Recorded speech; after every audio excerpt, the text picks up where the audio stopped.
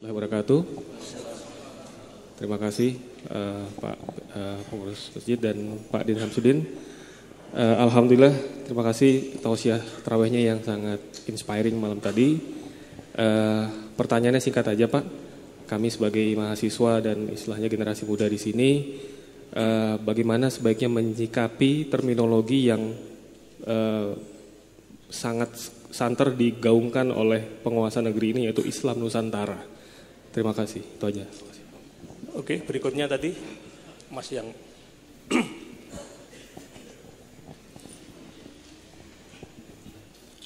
Baik, terima kasih. Assalamualaikum warahmatullahi wabarakatuh. Pak, mungkin saya langsung saja pada pertanyaannya. Saya ingin minta pendapat Bapak terkait dengan HTI itu sendiri dan kemudian isu tentang pembuaran HTI itu sendiri. Terima kasih. Wassalamualaikum warahmatullahi wabarakatuh. Waalaikumsalam warahmatullahi wabarakatuh. Tadi Mas yang Assalamualaikum warahmatullahi wabarakatuh. Saya mau bertanya Pak, gimana solusinya ketika kita pemuda yang mungkin pada hari ini mungkin sudah menguasai ya media sosial, sedangkan kalau media massa mungkin sudah dikuasain oleh mereka gitu Pak. Nah, apakah sikap kita untuk mengcounter framing yang mereka lakukan?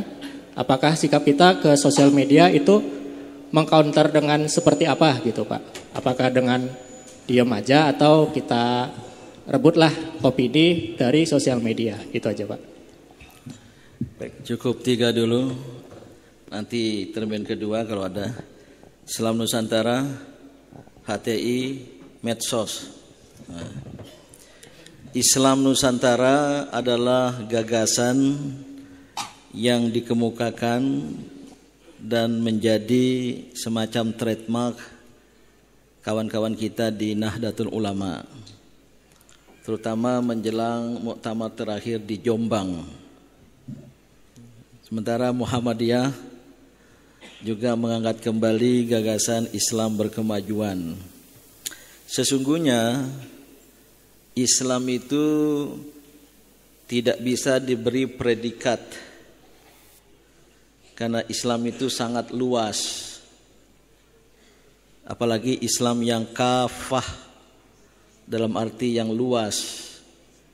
Ketika kita beri predikat apapun, baik tadi Islam Nusantara ala NU, Islam berkemajuan ala Muhammadiyah, maka pemahaman kita menjadi reduksionis, terreduksi. Jadi sebenarnya Islam tidak perlu diberi predikat, cukup Islam saja. Dengan mengatakan saja sudah predikat itu. Islam titik, ya, titik itu predikat gitu. Nah, namun saya mengetahui predikat Nusantara berkemajuan di Malaysia dulu mantan Perdana Menteri Abdullah Badawi, Islam Hadori. Ada tokoh liberal di Mesir, Hasan Hanafi, Al-Islam Al-Yasari, Islam kiri gitu. Untung nggak ada yang menangani Al-Islam Al-Yamani, Islam kanan gitu. Ya. Itu lebih ya, khususnya Nusantara dan berkemajuan, lebih untuk menyampaikan penonjolan atau sebagai aksentuasi untuk tahap sekarang ini. Tentu itu berdasar dari ijtihad masing-masing. Tentu sah adanya, absah adanya. Yang saya pahami dari Islam Nusantara yang dikemukakan oleh kawan-kawan dari Nahdlatul Ulama lebih menekankan Islam yang sopan, santun, ramah, tamah, yang kemudian dikaitkan Islam yang rahmatan lil alamin. Bahkan sering di dalam bangunan argumentasinya, Islam seperti itulah yang pernah diajarkan oleh Wali Songo dulu ketika berhadapan dengan masyarakat Indonesia, khususnya di Pulau Jawa yang belum mantap keislamannya, masih dalam proses. Maka dulu Wali Songo sering mengakomodasi adat istiadat terutama budaya lokal. Nah, ini alam pikiran NU yang saya kira sah-sah saja, baik-baik saja ya. Walaupun harus kita pahami itu belum meliputi seluruh watak-watak Islam. Begitu pula Islam berkemajuan dari Muhammadiyah yang sebenarnya sejak dari pendirinya Ahmad Dahlan ingin ditonjolkan, yaitu keberagaman yang maju ya, sehingga umat Islam maju. Itu tentu pada hemat saya sebuah pikiran, wawasan yang bersifat tentatif. Apa arti tentatif? Ya tergantung zamannya. Mungkin 2, 3, apalagi 5 dasawarsa yang akan datang sudah tidak relevan. Kita perlu tonjolkan lagi. Saya sendiri memahami watak Islam ya, banyak tentunya, tapi 4 yang menonjol itu. 1, Islam memang sebagai dinur rahmah wassalamah, agama keselamatan dan kasih sayang. Maka wa ma arsalnaka illa rahmatan lil alamin. Punya agama yang kasih sayang, dan Islam berakar pada kata salam, artinya keselamatan. Bahkan hadis banyak sekali ya, ifshus salam, tebarkan salam. Kita berdoa Allahumma antas salam wa minkas salam wa ilaika ya'udu salam, hingga seterusnya. Bahkan ada seorang muslim itu adalah man saliman nas min lisanihi wa yadihi. Seorang muslim adalah orang yang orang-orang lain selamat dari lisannya dan tangannya. Saking Islam itu sebagai dinur rahmah wassalamah. Nah, yang kedua, Islam sebagai dinul adalah, agama keadilan. Kuat sekali itu Islam menekankan keadilan itu. Sehingga khutbah kedua setiap Jumat khotib harus mengajak jamaah, innallaha ya'muru bil adli wal ihsan, dan seterusnya. Saking tekannya. Tapi yang ketiga bisa juga dipahami Islam itu dinul hadar, agama kemajuan. Maka harus maju menjadi khairu ummah. Yang saya sampaikan dalam ceramah tadi itu adalah pemeluk Islam, umat Islam dengan peradaban maju, peradaban tinggi, terutama dengan kriteria kemajuan ilmu pengetahuan dan teknologi. Sayang Islam dinul hadara ini belum bisa muncul sekarang ini ya. Karena data-data yang ada ya, penguasaan ilmu pengetahuan, jumlah saintis di dunia Islam masih terbatas, termasuk pula karya literatur ilmiah gitu. Kalau tidak salah dunia Islam itu hanya 1,12% dari literatur ilmiah yang diproduksi oleh dunia gitu. Kalah di bawah Spanyol, kalah di bawah India yang sudah 1,30 atau berapa gitu. Oke. Jadi itu Islam Nusantara ya. Mungkin lebih lanjut kalau ketemu Kiai Haji Agil Sirat tolong tanyakan. Nah, sekaligus minta klarifikasi bahwa Masjid Salman bukan masjid radikal ya, atau kaum radikalis. Saya sebenarnya bersetuju dengan Kiai Agil, tapi dalam nada yang berbeda. Kalau radikal dalam arti negatif ya ekstremis gitu ya. Saya tidak tahu yang beliau maksudkan apa ya. Tapi radikal dalam beragama itu pada tingkat tertentu harus rediksi itu akar. Ya kan? Rediksi itu akar. Maka radikal itu berupaya untuk memotong akar, mengganti sesuatu. Ya, kalau Islam kita jadikan kita pandang sebagai semacam antitesa terhadap agama-agama wahyu yang lain, ya kita harus radikal di dalam berislam. Rediksi itu akar, bahasa Arabnya usul. Maka usuluddin itu yang mempelajari akar-akar agama, ilmu-ilmu dasar gitu. Beragama secara benar, ad-dinul qayyim, itu harus radikal, cuma tanpa ekstremis. Kalau sudah ekstremis itu ke kanan atau ke kiri, itu menjadi Islam bukan wasatiyah, dan kita bukan ummatan wasata. Sekarang ingin kita kemukakan Islam, umat Islam sebagai ummatan wasata, seperti dalam Al-Quran itu. Wa kadzalika ja'alnakum ummatan wasata, dan kami telah jadikan kamu umat Islam sebagai umat, nah wasatan itu tengahan. Litakunu syuhada 'alan nas, agar kamu bisa memberikan bukti, testimoni kepada umat manusia bahwa kita adalah ummatan wasata. Sehingga para ulama tak terkecuali Imam Al-Ghazali mengungkapkan sebuah istilah, akidah Islam itu al-aqidah al-wasitiyah. Ibnu Taimiyah juga demikian, akidah tengahan. The middle way, the middle path. Ini panjang penjelasannya, kalau bisa saya ringkas sedikit. Memang dibandingkan dengan dua agama samawi terdahulu, Yahudi Nasrani, Islam itu di tengah. Yahudi itu sangat menekankan keadilan. Kalau ditampar pipi harus balas gitu. Datang kepada Kristen, kalau ditampar pipi kanan, berilah pipi kiri. Karena kasih. Islam tidak proporsional. Maka itulah jalan tengah gitu. Yang kedua dari sudut geohistoris yang ada pada waktu itu, terjadi perang dingin, Cold War yang berkepanjangan, Persia dan Romawi. Islam muncul di tengah, di Jazirah Arab itu. Kemudian menaklukkan keduanya. Maka jadi jalan tengah. Saya berpendapat doa kita pada Al-Fatihah, ihdinas siratal mustaqim, bukan hanya jalan lurus, juga jalan tengah. Saking lurusnya tidak ke kanan, tidak ke kiri. Jalan tengah cuma salah kaprah. Kalau diterjemahkan hanya moderation. Wasatiyah sebagai moderation. Sebenarnya sudah sering dipercakapkan di konferensi seminar internasional. Mungkin kalau harus bahasa Inggris, wasatiyah itu moderation and balance. Jadi harus ada keseimbangan. Maka di dalam banyak hal ya, saya kira kita harus menegakkan keseimbangan antara individu dengan sosial, antara dunia, akhirat, itu semacam keseimbangan seperti itu.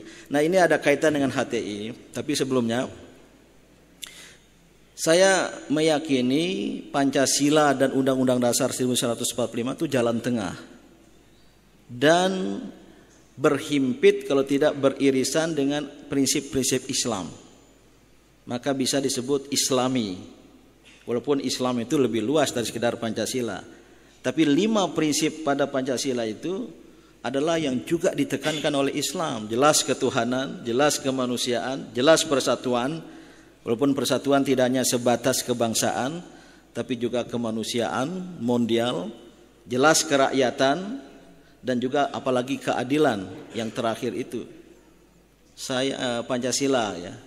Saya memahami Soekarno, Bung Hatta, tokoh-tokoh pendiri bangsa ini termasuk tokoh Islam itu, mereka mempelajari ideologi-ideologi dunia. Apalagi Bung Karno yang hari ini hari kelahirannya ya. Itu berkorespondensi dengan tokoh Persis dari Bandung. Hasan Persis, kadang Hasan Bangil juga disebut. Kemudian tertarik dengan Muhammadiyah. Sangat dipengaruhi oleh Cokroaminoto.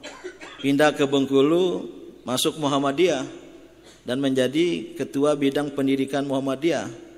Karena memang Fatmawati istrinya itu anak tokoh Muhammadiyah ya. Saya nggak tahu karena memang mau menarik hati mertuanya atau memang tertarik betul pada Muhammadiyah. Tapi tahun 24 Soekarno sudah menulis di dalam buku yang tebal itu di bawah bendera revolusi. Saya pernah baca, beliau mengatakan Islam yang akan kita perjuangkan di Indonesia merdeka nanti adalah Islam berkemajuan. Saya pernah diundang ceramah tarawih seperti ini di rumah Ibu Megawati, masih ada Pak Taufik Kemas. Saya bilang setelah sholat tarawih, hadirin, wah itu 2000-an kaum marhenis itu. Yang tarawih, yang main band gitu. Saya ceramah, sebelum saya datang berceramah ke tempat ini, saya menyiapkan diri lahir dan batin.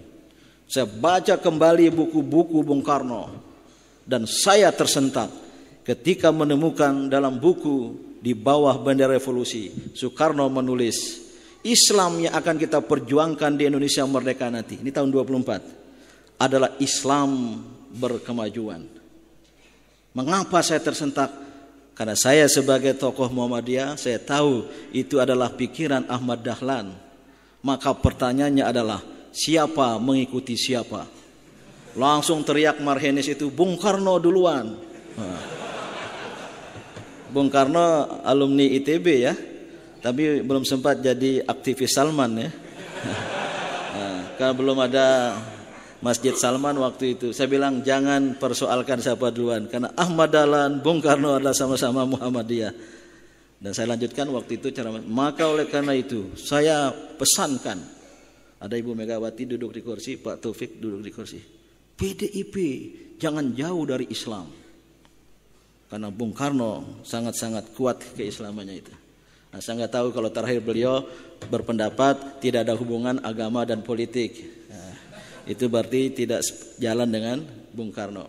Begitu pula Undang-Undang Dasar 45 itu jalan tengah.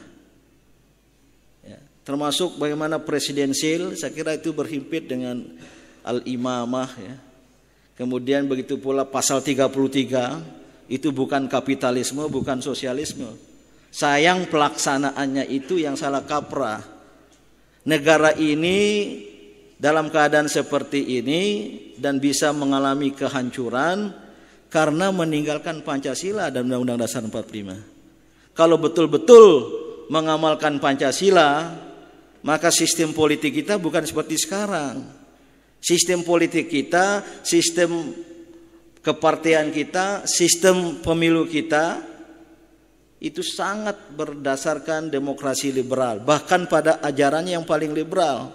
Yang di Amerika kampion demokrasi tidak direct election sepenuhnya, masih ada electoral college gitu. Dan bisa saya katakan melanggar pasal 4 Pancasila, kerakyatan yang dipimpin oleh hikmah kebijaksanaan dalam permusyawaratan perwakilan. Itu kata-kata Arab semua itu. Tidak mungkin ekonomi kita sampai sekarang kalau betul-betul berpegang teguh pada sila kelima, keadilan sosial bagi seluruh rakyat Indonesia, bukan segelintir rakyat Indonesia. Itu melanggar Pancasila.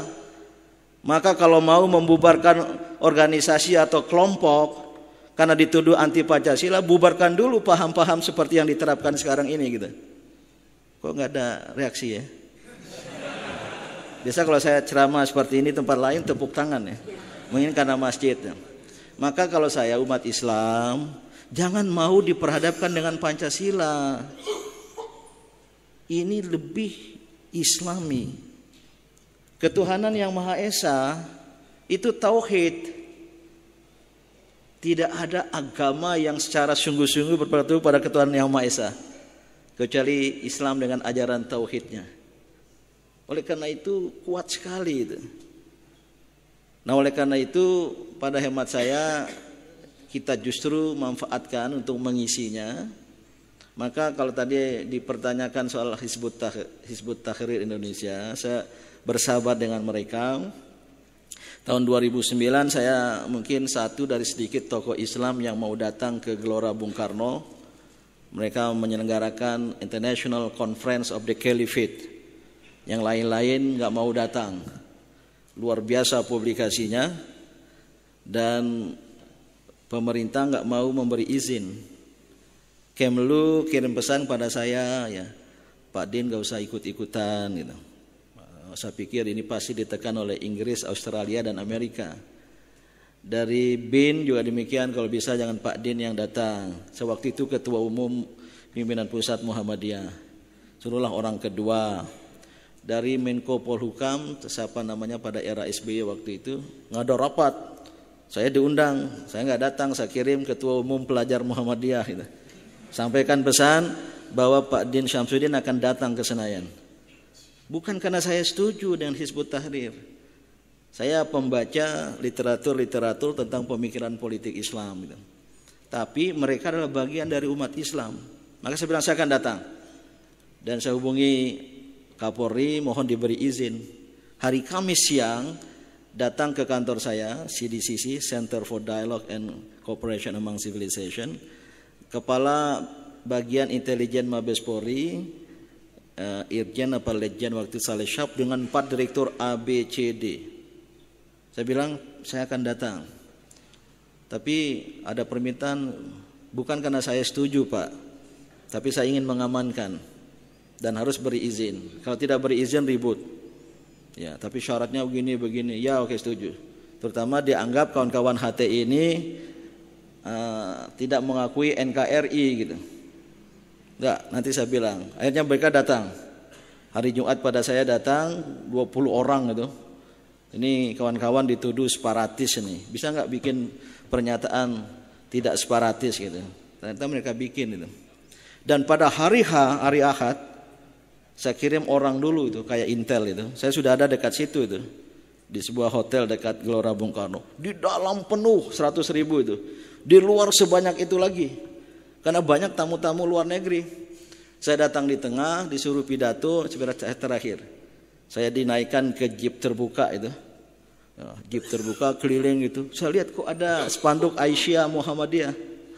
Kalau saya lihat ada spanduk majelis taklim sana, majelis taklim sini, rupanya yang ikut hadir itu bukan semuanya Hizbut Tahrir.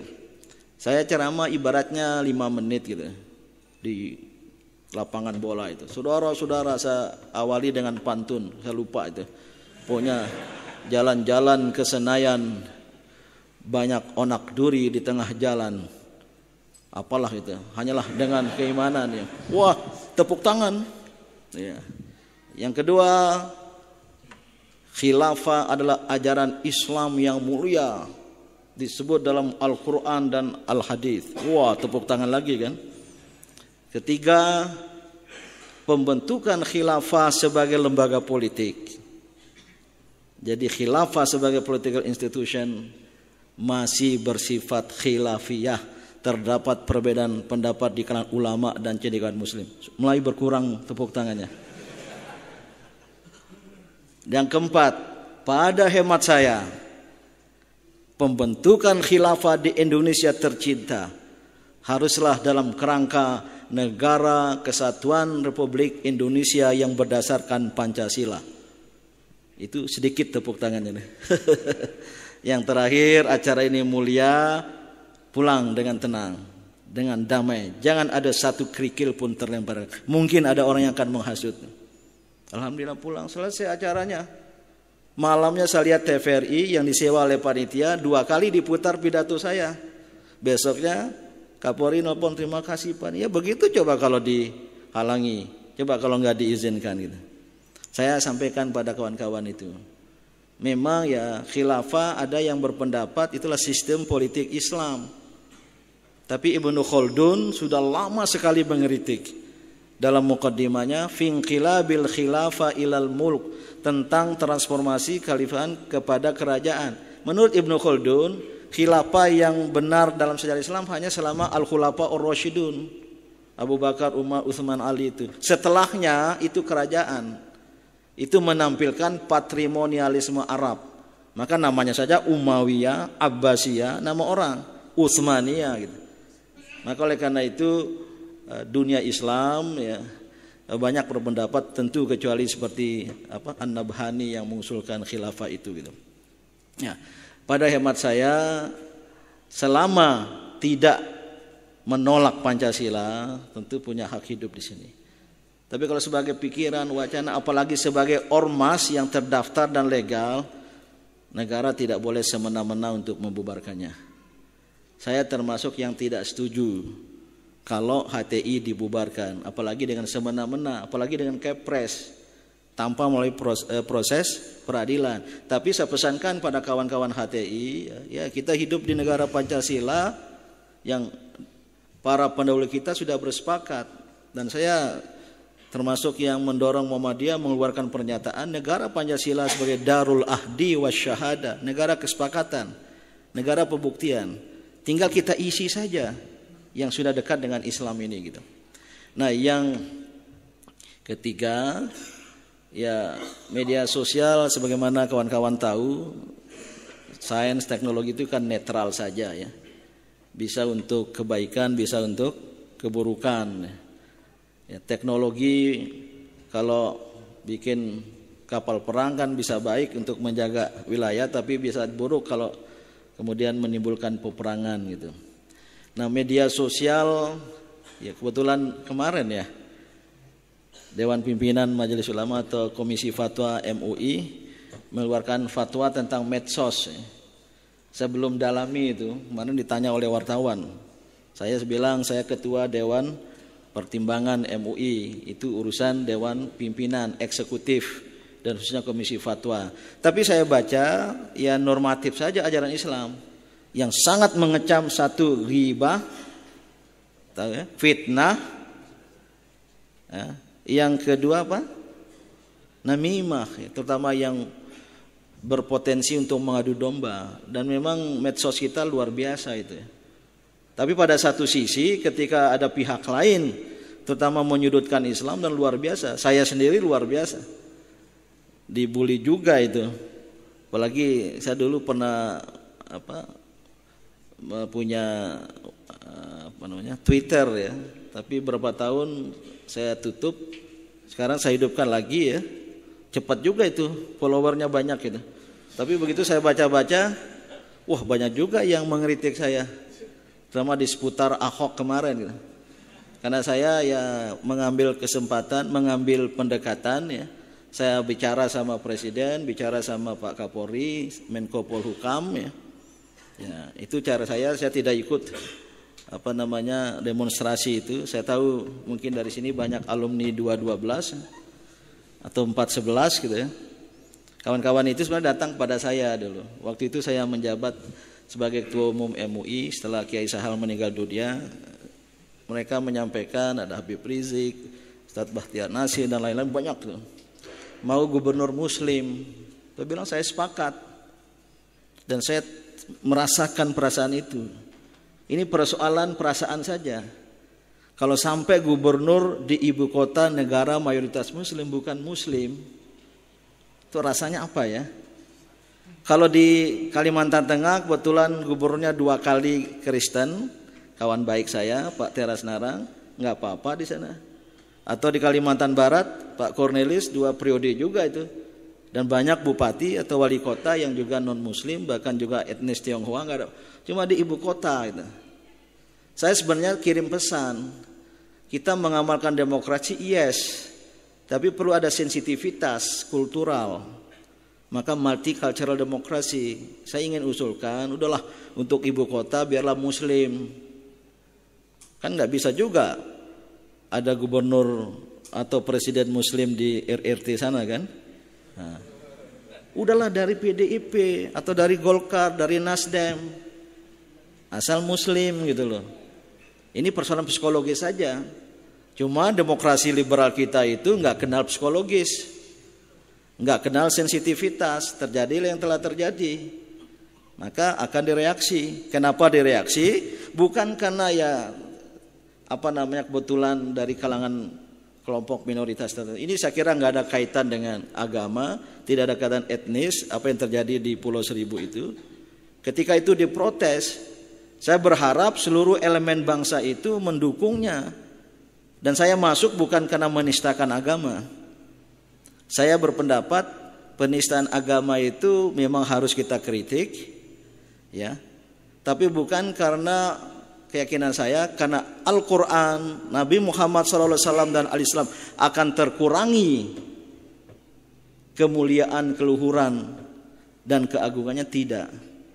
Saya berkeyakinan Al-Quran, Nabi Muhammad SAW, Al-Islam tidak akan terkurangi sedikit pun keluhuran, keagungan dan kemuliaannya oleh seberapa banyak dan siapapun penistanya.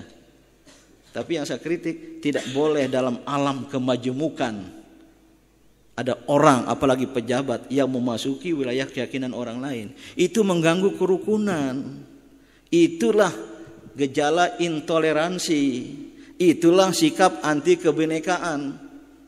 Tapi tahu-tahu kalangan Islam yang dituduh intoleran dan anti kebinekaan. Kata Roma Irama, terlalu. Kata lagu lain katanya sakitnya tuh di sini gitu. Saya bilang itu yang nggak bisa dipahami dan kita kalah, termasuk media sosial. Kalau menurut saya terhadap hal-hal seperti itu demi menegakkan kebenaran dan keadilan, mungkin media sosial perlu, cuma tetap harus faktual. Jangan yang kemudian meniru orang lain juga ya. Tetap al-amru bil ma'ruf wan nahyu anil munkar, amar ma'ruf nahi munkar kan. Kita pakai media sosial menurut para ulama bi thoriqatil ma'ruf. dengan cara yang ma'ruf, jangan ikuti mereka dengan cara yang mungkar. Kalau itu kita niatkan dakwah, ud'u ila sabili rabbika bil hikmah wal mau'izatil hasanah wajadilhum billati hiya ahsan. Ajaklah dengan hikmah, dengan nasihat yang baik, dan bila perlu kalau terpaksa adu argumen yang baik dan berkualitas pula gitu. Menurut tema saya perlu, silakan ya, apa istilahnya? Cyber army. Wow. Sebenarnya kalau saya amati cara-cara seperti itu dipakai oleh sebuah kelompok menjelang pilgub, menjelang pilpres juga, dan kalangan lain belum terbiasa itu. Wah, itu merajalela. Tapi ketika kalangan lain, khususnya kalangan Islam sudah terbiasa, semakin canggih, jumlahnya banyak, buzzer, cyber army, wah kewalahan itu. Marilah muncul sekarang agar dikendalikan. Tapi saya setuju diluruskan, terutama jangan yang apalagi sesama kita muslim dipakai menyebarkan ghibah, fitnah, dan apalagi mengadu domba, itu luar biasa. Cuma ini harus jadi perhatian bagi media mainstream, TV, koran. Anda akan ditinggal nanti kalau Anda juga berpihak. Maksud saya, kalau Anda juga tidak berkeadilan. Saya kira sekarang TV tertentu banyak yang tidak melihat lagi ya, termasuk saya. Ada koran tertentu saya malas ya.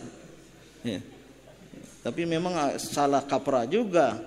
Baru bangun tidur, belum makan sahur, yang dibuka handphone dulu. Melihat apa pesan gitu. Tapi menurut saya ada sisi positif, sisi negatif. Kita manfaatkanlah ilmu pengetahuan teknologi itu untuk kebaikan dan untuk kemaslahatan. Saya kira cukup ya. Ya, saya kira cukup 3 aja diwakili. Terima kasih ya. Saya memohon maaf dan jangan khawatir dituduh radikal. Ya. Tetap radikal dalam beragama, tapi tetap menempuh jalan tengah. Gimana radikal jalan tengah? Wassalamualaikum warahmatullahi wabarakatuh. Terima kasih kepada Prof. Din Samsudin. Kita doakan beliau senantiasa sehat walafiat dalam mencerahkan kaum muslimin dan bangsa ini. Terima kasih. Assalamualaikum warahmatullahi wabarakatuh. Waalaikumsalam warahmatullahi wabarakatuh.